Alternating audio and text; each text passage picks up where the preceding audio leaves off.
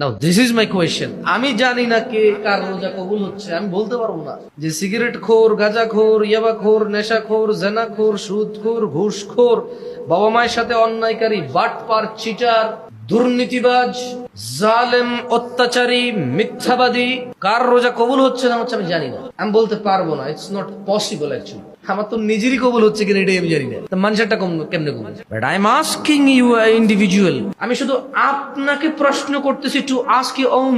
নিজেকে একটু প্রশ্ন করেন that রোজায় আল্লাহ বলছে যে তাকওয়া বৃদ্ধি পাবে।